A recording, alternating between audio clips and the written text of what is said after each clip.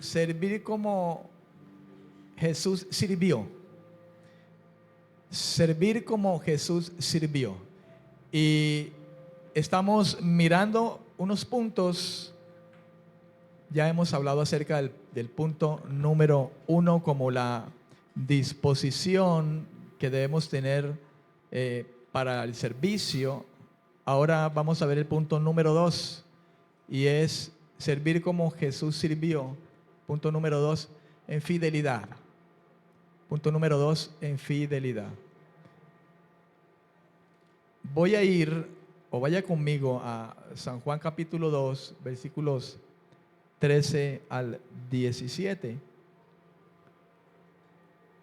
San Juan capítulo 2, versículo 13 al 17. El título de esta porción dice: Jesús purifica el templo. Y dice la escritura: estaba cerca la Pascua de los judíos, y subió Jesús a Jerusalén, y encontró en el templo a los que vendían bueyes, ovejas y palomas, y a los cambistas que estaban allí sentados, e hizo un azote de cuerdas y echó fuera del templo a todos, con las ovejas y los bueyes.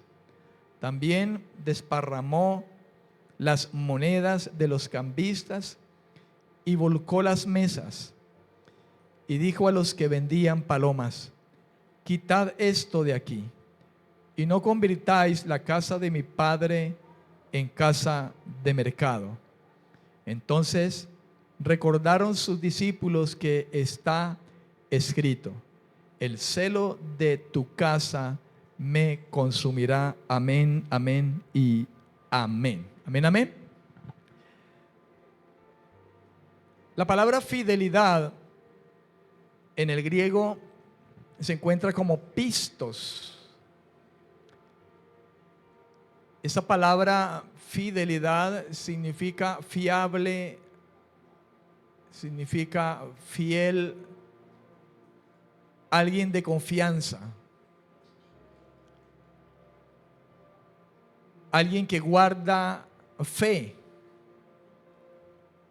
o es constante en sus afectos, en el cumplimiento de sus tareas u obligaciones,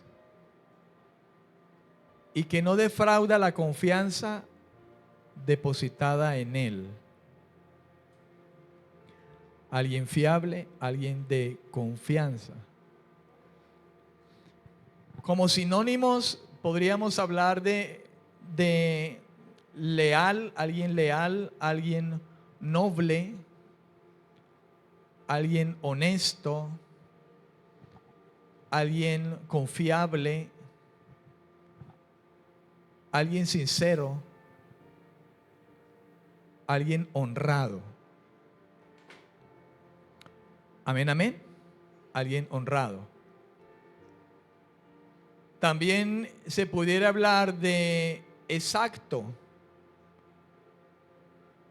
o alguien conforme a la verdad. ¿Logró tomar apuntes? ¿Sí? Alguien leal, noble, honesto, confiable, honrado, sincero, exacto, conforme a la verdad. Ya con esta definición en la que hemos podido entrar y pensar en cómo sirvió Jesús, que sirvió con fidelidad, ciertamente, podremos ver, hermano, nosotros la magnitud de la confianza que pudo tener el Señor nuestro Dios en su Hijo. De hecho, él declaraba en alguna ocasión que él había venido a servir y no a que le sirvieran. De primera mano, de primera instancia, Jesús vino con un propósito específico, y era cumplir el plan de Dios de redimir al hombre pecador, de pagar el precio en la cruz, eso de manera esencial.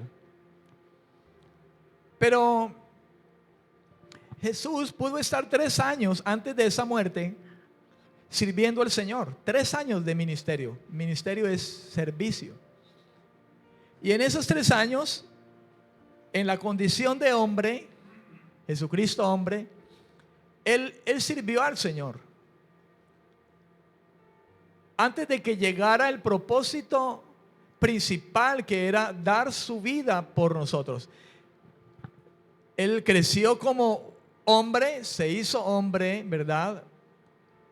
Nació, creció, determinada edad, 30 años aproximadamente.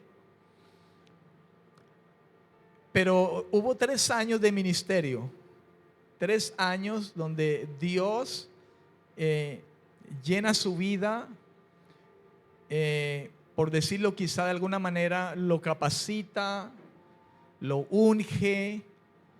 El Espíritu de Dios viene sobre él cuando es bautizado y Jesús comienza su ministerio. Algo, ¿cómo podría decir yo? Comienza su ministerio y no de hecho sale a predicar de una vez, sino que algo curioso, el Padre lo envía al desierto para ser probado. Y el mismo Padre lo lleva por el Espíritu que va puesto en él. Y es probado el Señor. Y el Señor pasa la prueba. Y después de ello comienza su ministerio. Y la Escritura dice que es hallado fiel, hermano. Es hallado exacto, digno de confianza, leal, noble, honesto, sincero, constante en sus afectos, en el cumplimiento de sus obligaciones, no defraudó al Padre. Y por eso no hubo pecado en él. Parte de eso, la confianza que Dios pudo depositar en su ministerio. Porque él ejerció un ministerio, un servir al Señor. De la misma manera nosotros. Y en este capítulo 2, versículos 13 al 17 que hemos leído nosotros, podemos encontrar parte de lo que involucraba ese servicio al Señor, esa fidelidad en cuanto a servicio a Dios. Por el hecho del celo de su casa, hermano, de encontrar gente en el templo y que los sacerdotes permitieran de esa manera deliberada que su casa se convirtiera en una cueva de ladrones. Su indignación se concentró sobre todo en aquello que sucedía en el atrio del templo, algo que no correspondía al carácter del templo como casa de oración. Y en esto Jesús estaba mostrando su fidelidad. En esto lo estaba mostrando. Amén, amén. En esto lo estaba mostrando el Señor. En Mateo capítulo 21, versículo 13. Mateo capítulo 21, versículo 13.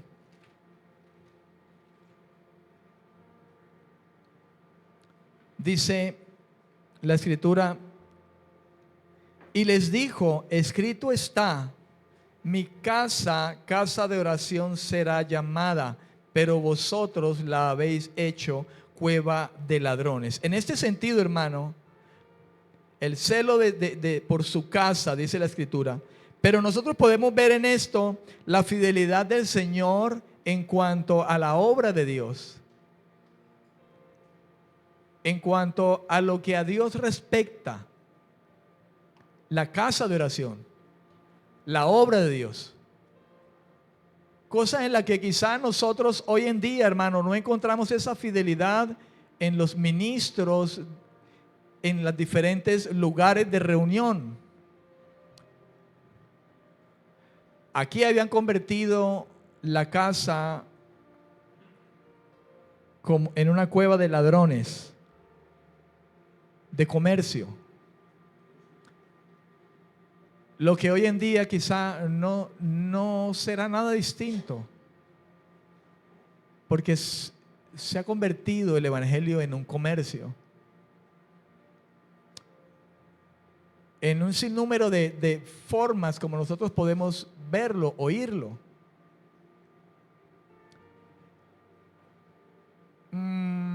Y dicho quizá mostrándolo muy piadosamente, ¿verdad? Pero hay un propósito detrás de esto, mi hermano, y aquí quizá era muy piadoso el hecho de que ellos estaban vendiendo cabras y palomas, pues eso hacía parte de los sacrificios y de la tarea de los ministros. Entonces ellos pudieran decir, pero es que esto es ministerio, pero estaban vendiendo, ¿verdad? Es como voy a hablar acerca del evangelio. Sí, esto es ministerio. Y convertimos todo lo que podemos llamar quizá ministerio, pero detrás de ello conlleva a perder la fidelidad que debemos tener en Dios, cuando el propósito de lo que hacemos en cuanto al ministerio no es precisamente la gente, sino el provecho propio. Hoy en día se puede estar excusando muchas personas en cantidades de eventos en cuanto al ministerio, pero detrás de ello, hermano, hay otros intereses. Amén. Otros intereses.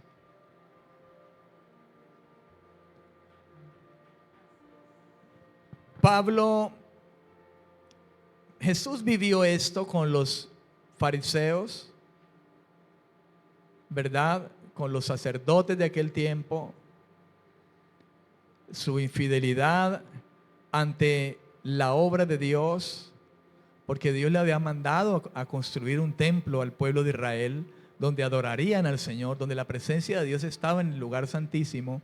Esto era de Dios. El hombre ni siquiera se inventó un templo. Partió de Moisés cuando Dios le dice, haz una tienda. Y después de esa tienda vino un templo. Y todo fue idea de Dios. Y nosotros sabemos que todo lo que Dios mostró en el Antiguo Testamento tenía como figura lo que hoy nosotros podemos vivir en el Señor. Pablo también relataba acerca de las circunstancias en las que él pudo encontrar también algo relacionado con la infidelidad, hermanos, de muchos ciertos apóstoles que así eran reconocidos por lo menos por la iglesia de los Corintios. Ellos llegaron a reconocer a algunos apóstoles que no eran verdaderamente apóstoles, no eran fieles. Jesús fue el apóstol, el gran apóstol, pero él fue fiel. Jesús fue el pastor, el maestro, el evangelista, el profeta, pero fue fiel. Estos apóstoles fueron desnudados por el Espíritu Santo, y Pablo los menciona en esta segunda carta a los Corintios, alertando a la iglesia con respecto de esto, algo que hoy no es nada diferente, hermano. Dice 2 Corintios 11:13, porque estos son falsos apóstoles, obreros fraudulentos, que se disfrazan de apóstoles de Cristo. Versículo 14, y esto no es sorprendente, porque el mismo Satanás se disfraza de ángel de luz. Así que no es extraño si también sus ministros se disfrazan de ministros de justicia. ¿Ve usted? Cuyo fin será conforme a sus obras. Pablo lo llama falsos apóstoles. En el griego se habla de pseudapóstolos o pseudoapóstoles, que significa un falso apóstol.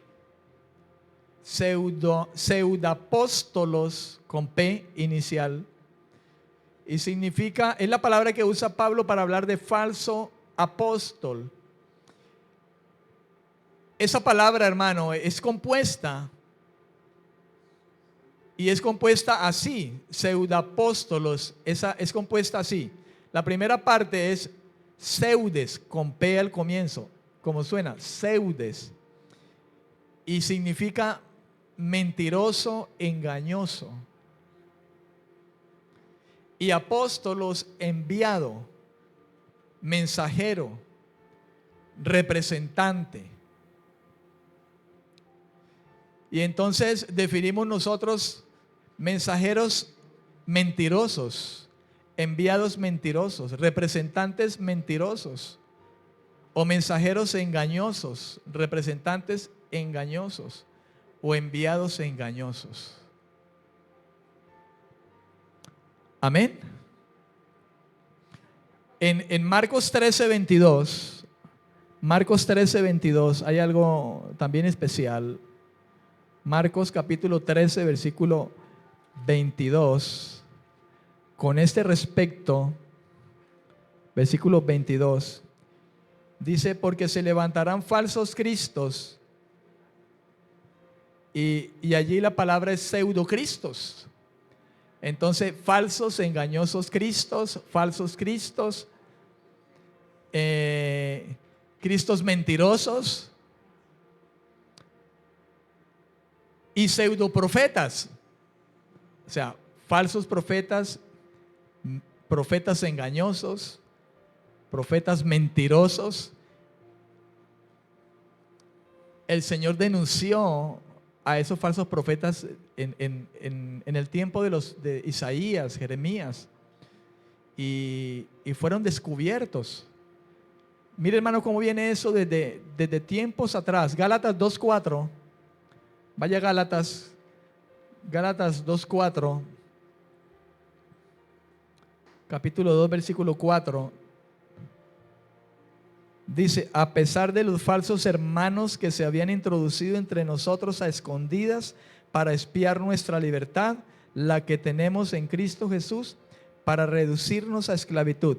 Pablo habla de pseudohermanos, o sea, falsos hermanos, hermanos de mentira, hermanos engañosos, falsos hermanos.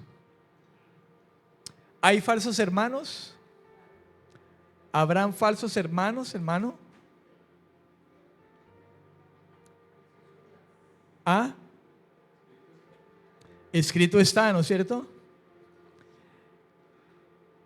En Hebreos capítulo 3, versículo 1 al 2, quiero que usted vaya allá y leamos esto porque, hermano, creo que la escritura es clara en todo lo que habla, y si nosotros que tenemos la escritura delante no nos damos cuenta de la verdad, de la exhortación, de la guía del Señor, de cómo debemos conducirnos en este mundo, hermano, no tendremos excusa delante de Dios, porque ejemplo nos ha dado el Señor a través de su propio Hijo. El mismo Señor exalta al Hijo en Hebreos capítulo 3, versículo 1 al 2. Y dice, por tanto, hermanos santos, participantes del llamamiento celestial, considerad al apóstol y sumo sacerdote de nuestra profesión, Cristo Jesús, el cual es fiel, al que lo constituyó, como también lo fue Moisés en toda la casa de Dios. Mira, hermano, que allí en ese versículo hay una exaltación del Señor, el Padre, hacia su Hijo, pero qué interesante el hecho de que nos deja ver en lo mero natural, como era Moisés, meramente natural Moisés, porque Cristo era hombre, pero era Dios. Pero nos deja ver a Moisés, hermano, aparte del ejemplo supremo que tenemos en Cristo, ahora nos deja ver a alguien a la altura de nosotros, Moisés. Un hombre como usted y como yo, Moisés fue temeroso, ¿verdad? Débil, con debilidades similares a las de nosotros. Sin embargo, la Escritura nos deja ver cómo Moisés, aún en medio de su debilidad, como la de nosotros, como seres humanos netamente, fue en toda la casa de Dios, hermano, fiel en todo lo que Dios le encomendó, en la tarea que le encomendó. Y nosotros podemos ver a través del Antiguo Testamento cómo Moisés, hermano, camina siendo obediente al Señor. Yo no diría en todo, Moisés le falló a Dios.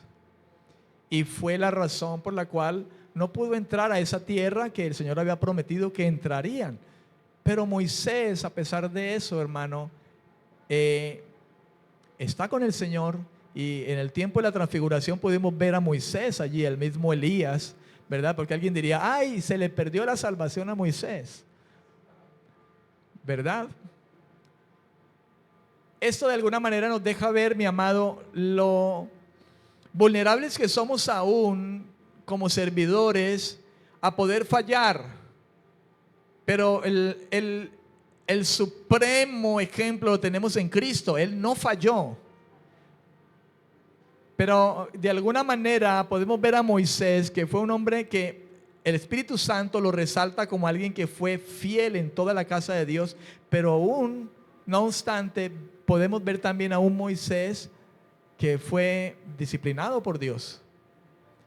Y esto nos deja ver de alguna manera, hermano, nuestra condición. La intención de las Escrituras al hablar de mirar como ejemplo a Jesús, y que ahora yo le traiga ese mensaje a usted y que nos veamos nosotros en el espejo de la palabra con respecto al servicio, porque somos servidores de Dios. Hermano, es mirar con honestidad el hecho de que aunque somos personas que podemos fallar, no obstante, sí es posible el hecho de que nosotros podamos marcar delante de Dios, hermano, una identidad como siervos que Dios aprueba. Moisés fue aprobado por Dios, aunque Moisés falló de alguna manera. Usted y yo vamos a fallar, de hecho hemos fallado. Pero qué bueno que nosotros podamos recibir del mismo Señor la exaltación con respecto a esto, servir como Moisés sirvió y fue reconocido por Dios, hermano.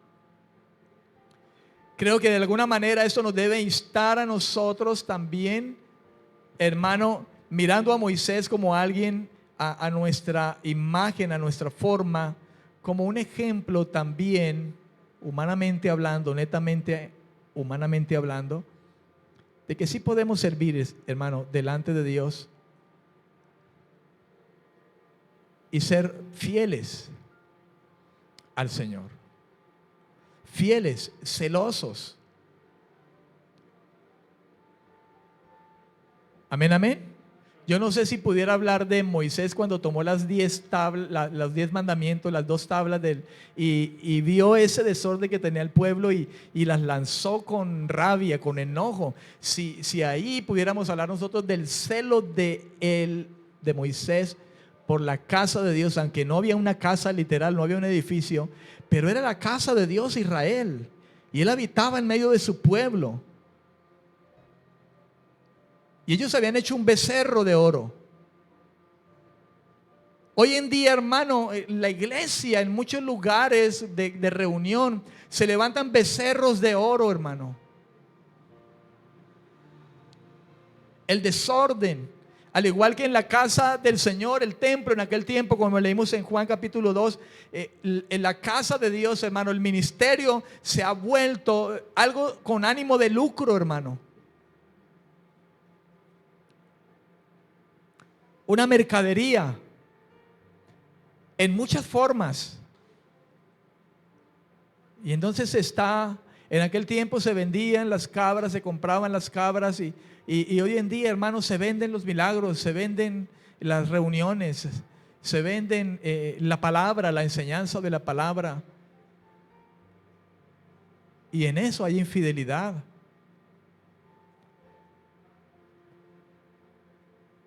no me quiero referir simplemente a un ministerio pastoral, sino a todos nosotros como iglesia, porque todos somos llamados a servir de una y otra manera.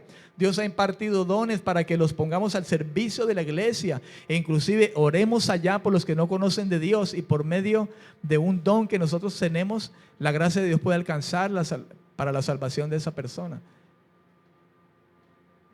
Pero algunos, usando un don de milagros, hermano, piden la ofrenda, y vamos a orar ahora. Traiga la ofrenda aquí para que usted reciba su milagro.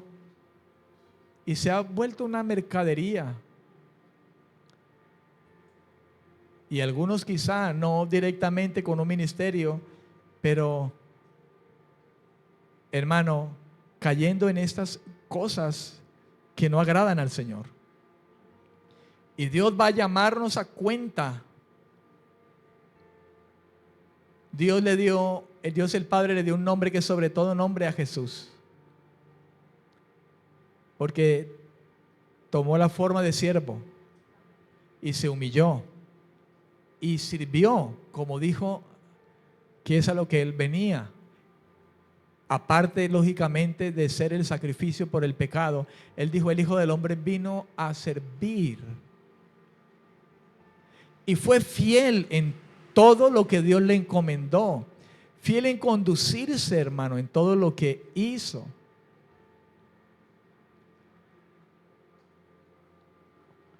Pablo llevó el evangelio, llevó la gracia de Dios, llevó el don del Espíritu Santo a muchos lugares, y quisieron comprar el don de Dios.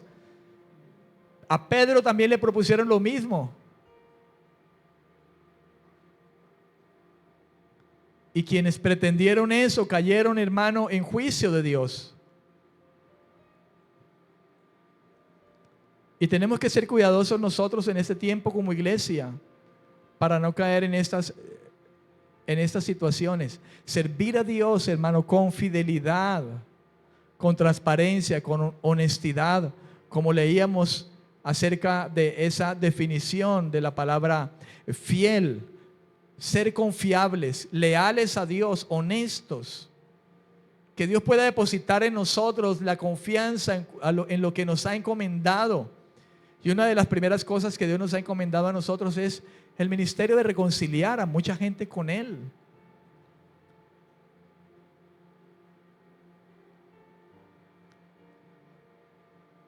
Y en eso debemos ser fieles.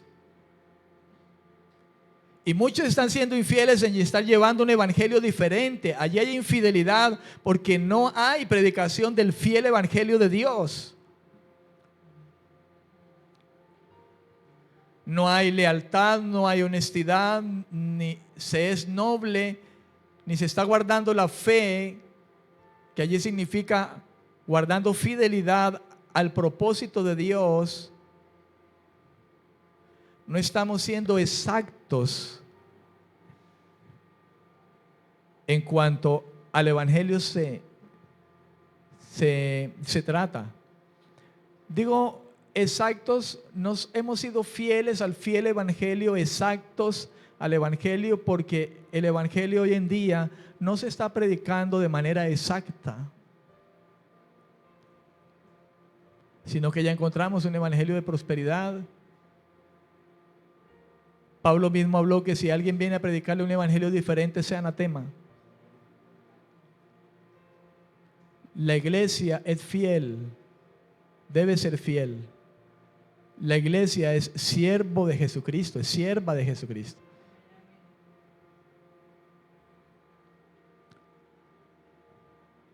Amén, amén. Número 3. Servir como Jesús sirvió. Número 3. No siendo contencioso o sin contención.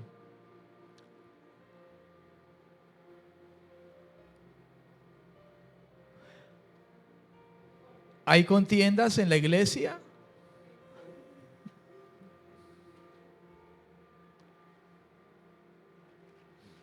Amén.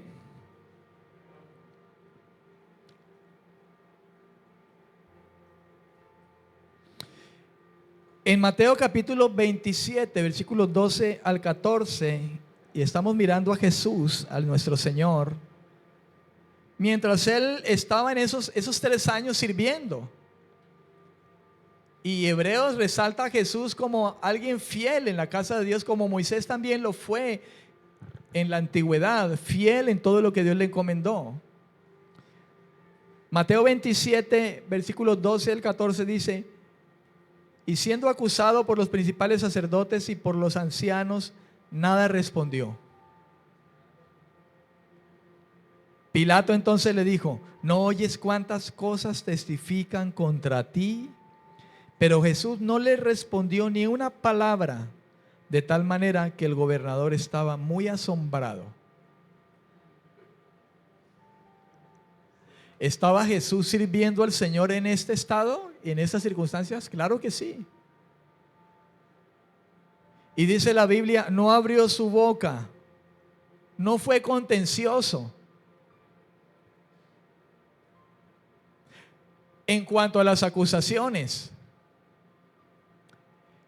es muy fácil para nosotros, hermano, enredarnos y desbaratarnos y llenarnos de ira en cuanto a ese tema, cuando siendo servidores del Señor y se levanta, como se levantó contra el Señor acusaciones, el que nosotros tendamos, hermano, a defendernos. Jesús contrariamente dice que nada respondió, ni una palabra. Quizá hubiésemos podido pensar que Jesús tendría razones para contender frente a la mentira, la calumnia que se le levantaba. Y esto sin más ni menos, hermano, sirve de ejemplo para nosotros que servimos al Señor, así como Él fue el siervo del Señor, ¿verdad? En lo máximo, nosotros también como siervos del Señor debemos de tomar, hermano, el ejemplo de Jesús. Él perseveró en su silencio. Amén. Esto no significaba un consentimiento, sino un rechazo a responder a las falsas acusaciones. Claro está, quizá debiéramos verlo también de alguna manera a la luz de lo que ya Isaías había profetizado en Isaías capítulo 53, versículo 7, donde se habla acerca del siervo sufriente. Y en ese versículo 7 de Isaías 53 dice: angustiado él, hablando de Cristo, y afligido del siervo del Señor, no abrió su boca. Como un cordero fue llevado al matadero, como una oveja delante de sus trasquiladores, enmudeció, no abrió su boca. La Biblia dice que él dejó toda justicia en las manos de Dios. Y yo creo que eso es para nosotros ejemplo hoy, hermano, que podemos ver quizá, hermano, la contención que hay constante entre servidores de Dios, entre pastores de diferentes congregaciones que no se pueden ni ver, que en una reunión de pastores se enojan y a veces hasta las manos han ido. Y lo digo porque yo escuché alguna vez comentarios. No lo vi, pero escuché comentarios. Y no podemos negar, hermano, que entre ministros del Señor, pastores con iglesias en diferentes lugares, hay celo, hay pastores que no se pueden ver, que no soportan.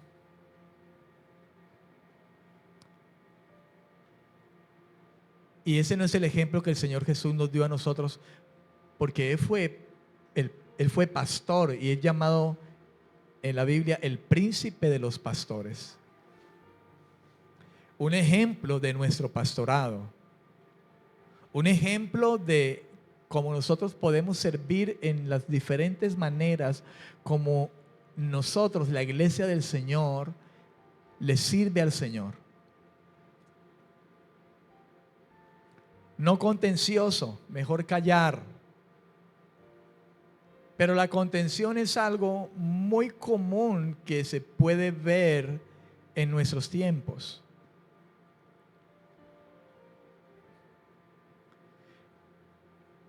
El apóstol Pablo, cuando escribió la carta a Tito en el capítulo 3, versículo 2, y voy a leer ese versículo en la traducción al lenguaje actual, Pablo le dijo a este joven pastor, Tito, un siervo del Señor, al igual que el mismo Pablo,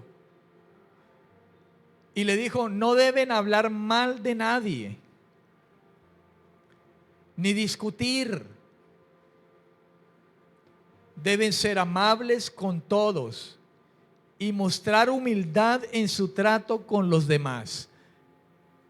Esta era una instrucción que Pablo estaba dando a Tito, pero Tito debía tomarlo en primer lugar para él y segundo para manifestárselo a sus hermanos de la iglesia que también eran siervos del Señor al igual que él. Y Pablo, como siervo del Señor, era alguien que también había asumido, amado hermano, el ejemplo de Cristo. Pablo dijo un día, sean imitadores de mí como yo imito a Cristo. Y yo no creo que ese imitar de Pablo acerca de Cristo exceptúe esto. ¿Sabe? Yo no creo, hermano. Amén, amén. Aunque quizá usted me dijera, pastor, recuerde que Pablo un día se enojó con Silas, creo que fue por el sobrino. Sí, hubo una discusión allí, quizá, dice, no muy pequeña, lo dice la Biblia, lo que da a entender de que hubo un momento en que Pablo y su consiervo se hallaron en un momento donde la situación se salió, como quizás se le salió a Moisés también la situación y por eso no entró a la tierra. A nosotros también nos puede pasar, pero vemos a un Pablo, hermano, que no se quedó allí. Y luego habla de Marco, creo que era el sobrino de aquel consiervo de él, y le dice, atiéndeme bien a Marco cuando llegue allá. Y no se quedó allí, hermano, sino que enmendó. Como bien nos puede pasar a nosotros, porque no vamos a ser perfectos en ello, pero jamás tengamos el hecho de nuestra imperfección como una excusa para nosotros no crecer, hermano, en lo que la palabra nos enseña a nosotros y nos pone delante el ejemplo de servicio que Jesús mismo llevó a cabo cuando estuvo aquí esos 3 años, hermano, antes de llegar a cumplir su misión principal en la cruz. Él nos dio ejemplo de ministerio, de servir, de servicio. No solamente con sus hechos, con los milagros y con todas esas cosas que pudo hacer, con el enseñar, sino con su propia vida. Él predicó y él aplicó. Él dijo un día, sean mansos y humildes de corazón como lo soy yo. Y creo que el hablar de mansedumbre nos lleva a este punto de no ser contenciosos, pero también nos lleva al cuarto punto, usted lo puede escribir allí, a una actitud de humildad. Servir como Jesús sirvió, número 4, en una actitud de humildad.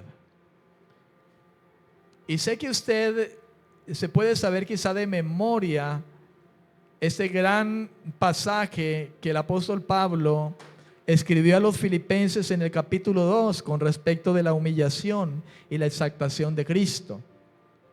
Filipenses capítulo 2 versículos 5 al 6 dice, haya pues en ustedes este sentir que hubo también en Cristo Jesús. Fíjense que Pablo ya está hablando de antemano, haya en ustedes esto mismo que Jesús sintió, esto mismo que Jesús hizo, eso mismo que estaba allí en su manera de pensar. Piensen ustedes igual como Jesús pensó en esa condición de siervo. Y el versículo 6 dice, él siendo en forma de Dios, no estimó el ser igual a Dios como cosa a que aferrarse, Versículo 7 dice, sino que se despojó a sí mismo, tomó la forma de siervo y se hizo semejante a los hombres. Y como hombre vino a servir. Amén. Hablar de Cristo en este ejemplo de humillación y exaltación, hermano, habla más de una disposición, más de una actitud, más de una mentalidad que de un pensar intelectual. Haya este mismo sentir, es decir, haya este mismo pensamiento que había en Cristo Jesús. Y ese pensamiento va mucho más allá de lo simplemente intelectual. ¿Sabe?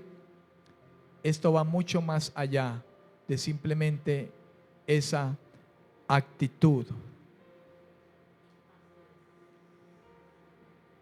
Pues Pablo habla en el versículo 2 de Filipenses capítulo 2, dice, completad mi gozo, sintiendo lo mismo, teniendo el mismo amor, unánimes, sintiendo una misma cosa. Dice, teniendo el mismo amor. Y no el amor como quizá lo pueda concebir el ser humano, el hombre, que ama simplemente de lengua, pero no de hecho y en verdad. Creo que Pablo, cuando habla de tener el mismo amor, al amor que se refiere es el cual Juan denotaba como el verdadero amor, no el que simplemente se dice de labios, sino aquel que nace o sale de un mismo corazón o un alma transformada por la gracia y el poder de Dios.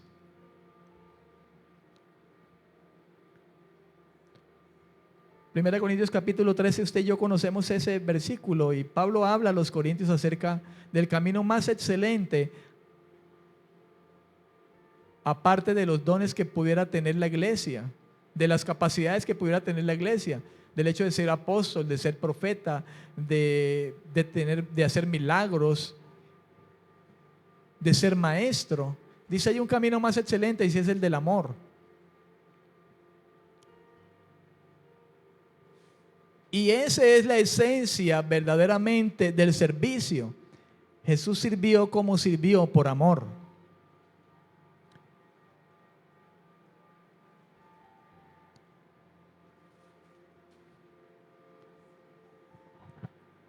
Amén.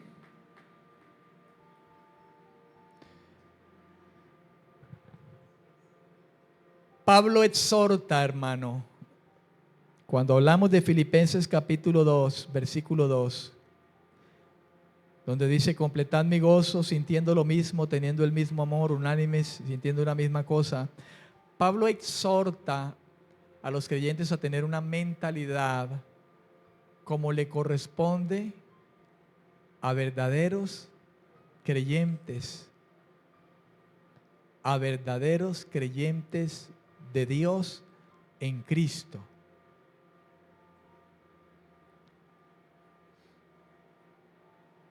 Lo que la Escritura, hermano, nos trae a nosotros como creyentes, verdaderos creyentes, es el hecho de saber que debemos comportarnos conforme a lo que somos. ¿Y qué somos? Cristianos. ¿Qué significa ser cristiano? Significa ser un seguidor de Cristo. ¿Qué significa seguir a Cristo? Uno que ve el ejemplo de Cristo para hacer lo mismo que Él.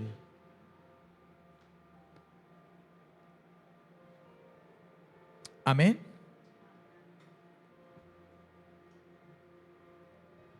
La disposición, hermano, de nosotros como servidores de Dios debe proceder de nuestra fe, verdadera fe con Cristo, nuestra verdadera fidelidad a Cristo.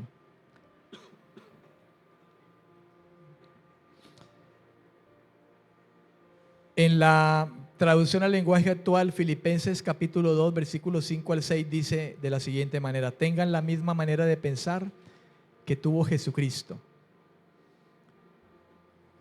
¿Ve? Dice, aunque Cristo siempre fue igual a Dios, no insistió en esa igualdad.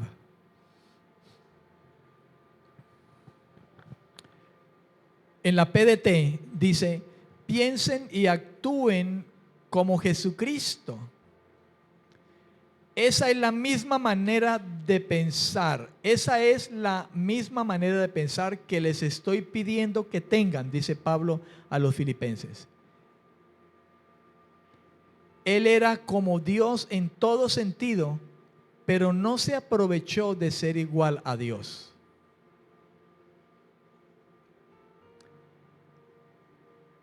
Amén.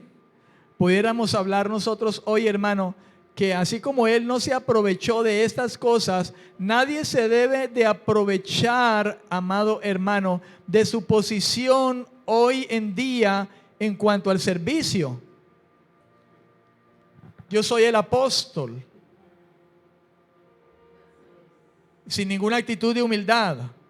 Jesús era Dios, mas Él no se aferró a eso, sino que se hizo siervo.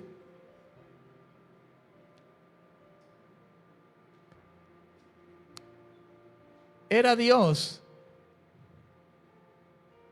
pero Él, hermano, no se aprovechó de ser igual a Dios. Nosotros no debemos aprovecharnos de lo que somos. Mira, Jesús era Dios y Él no estimó eso. No insistió en esa igualdad, dice la traducción al lenguaje actual. Y la PDT dice, no se aprovechó de ser igual a Dios, aunque Él era Dios. Qué gran, qué enorme ejemplo de servicio nos da el Señor, por lo menos en cuanto a lo que se refiere a los ministerios de hoy en la iglesia y quizá principalmente el pastorado, puestos por Dios, como dice Efesios, ¿verdad?, para edificación de la iglesia.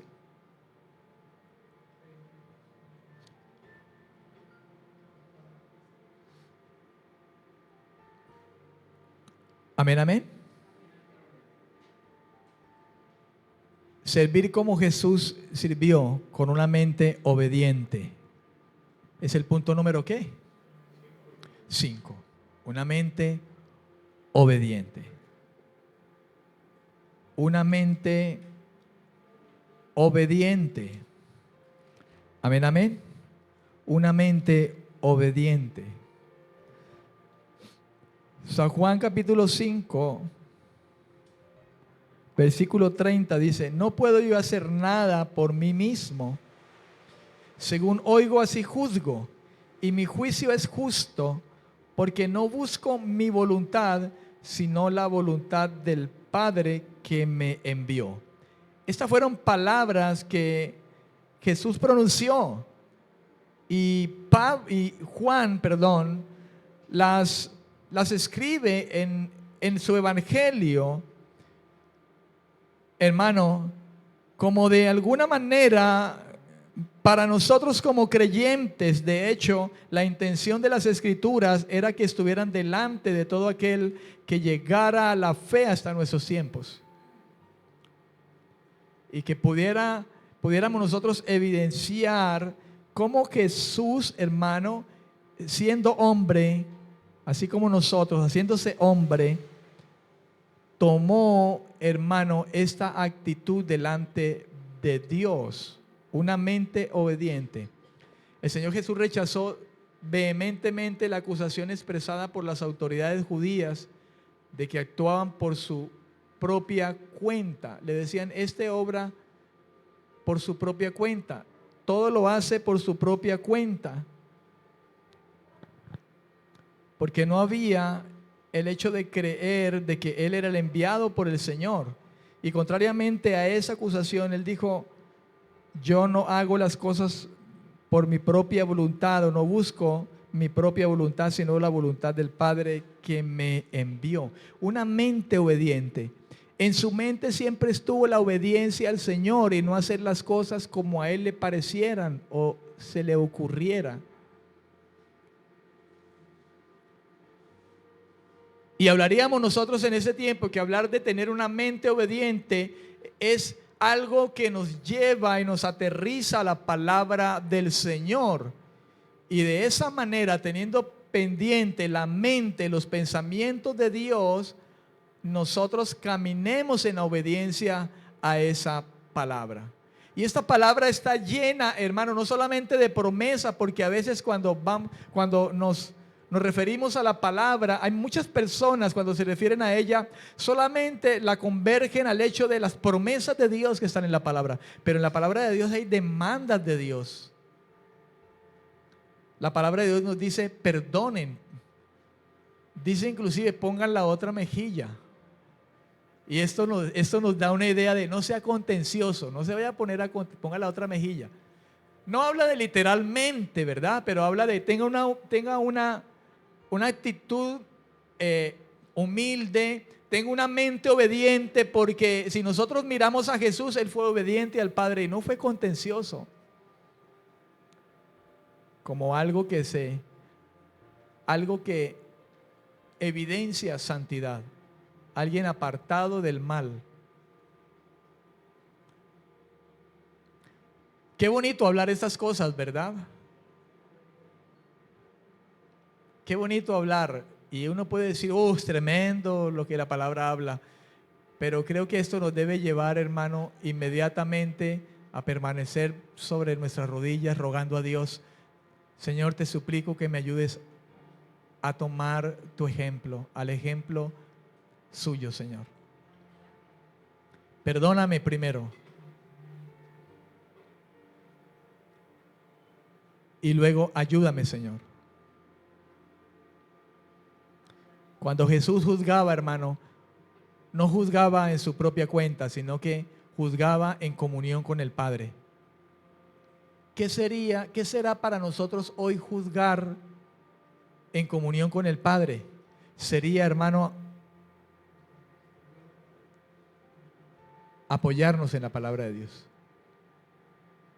¿Qué dice el Padre en su palabra? ¿Qué dice Dios en su palabra? Justo juicio.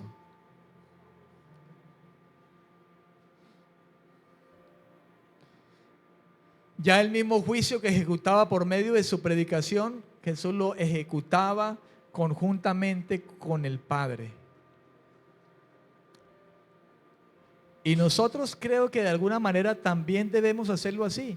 ¿Por qué se lo digo? Porque la Biblia dice que el que tiene al Hijo, tiene al Padre también. ¿Ve usted? El que tiene el Espíritu Santo tiene al Espíritu de Cristo, que también es el Espíritu del Padre. El que tiene al Hijo también tiene al Padre. Y el que tiene al Padre también tiene al Hijo. Y si tengo al Padre, pues tengo al Espíritu, porque el Espíritu es el Espíritu del Padre. En otras palabras, yo soy templo de Dios y ahí está el Padre, el Hijo y el Espíritu Santo. Pastor, usted que está diciendo es el Espíritu que actúa en nosotros, el que vive en nosotros, sí, pero el Espíritu es el Señor y el Espíritu es el Espíritu del Padre. ¿Comprende eso? Dios está en nosotros a través del Espíritu Santo. Pero tenemos por el Espíritu Santo conexión con el Padre y conexión con el Hijo, porque ellos son uno.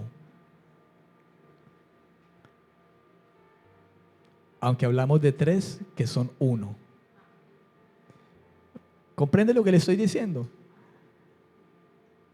El Espíritu del Señor vino a habitar en nosotros, pero el que tiene al Padre tiene al Hijo, el que tiene al Hijo tiene al Padre, el que tiene el Espíritu tiene al Hijo, y el que tiene al Hijo tiene el Espíritu. Porque estos tres son uno. ¿Amén o no amén? ¿Comprende lo que le estoy diciendo, hermano? ¿Sí lo comprende? Jesús no buscó hacer su propia voluntad. Él tenía en la mente, en su pensamiento, siempre hacer lo correcto. Y Jesús hizo siempre lo correcto. Él predicó lo correcto. Cuando lo juzgaron, Él habló correctamente.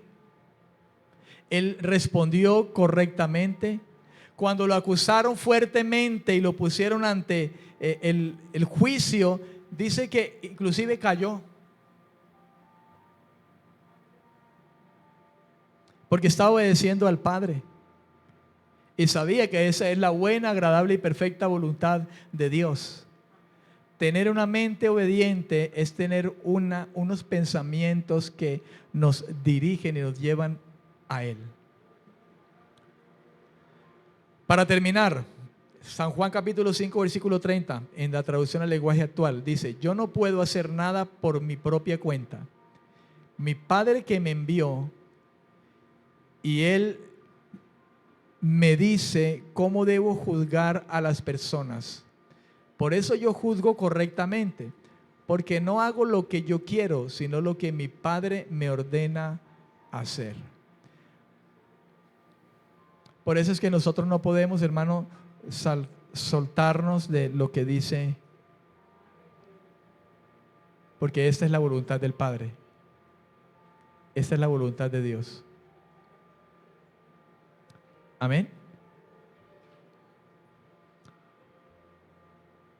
Y Jesús sirvió obedeciendo al Padre. Siempre que juzgó, siempre que respondió, respondió conforme a las palabras de las Escrituras, con la sabiduría de las Escrituras. Amén. Siempre. Esto debe ser algo que nosotros debiéramos de seguir, hermano, en cuanto a el hecho de que somos servidores. Disposición de servicio. Amén. Fidelidad. ¿Qué más? No ser contencioso. Una actitud de humildad y una mente obediente. Converge en la palabra. Es ahí. Qué triste es que los servidores de Dios hoy en día nos podemos hallar en tantas cosas que se salen de la palabra. La palabra dice: sea humilde. No somos humildes. No sean contenciosos. Y somos contenciosos. No devuelvan mal por mal. Y nosotros devolvemos mal por mal. ¿Sí ve por qué nosotros debemos de converger, hermano, a la Escritura? ¿Qué dice Dios en su palabra? ¿Qué dice? ¿Cómo debo pensar? ¿Cómo debo responder? ¿Cómo debo hablar? ¿Cómo debo actuar? Señor, ayúdanos. Te pedimos en el nombre de Jesucristo, ayúdanos, Padre.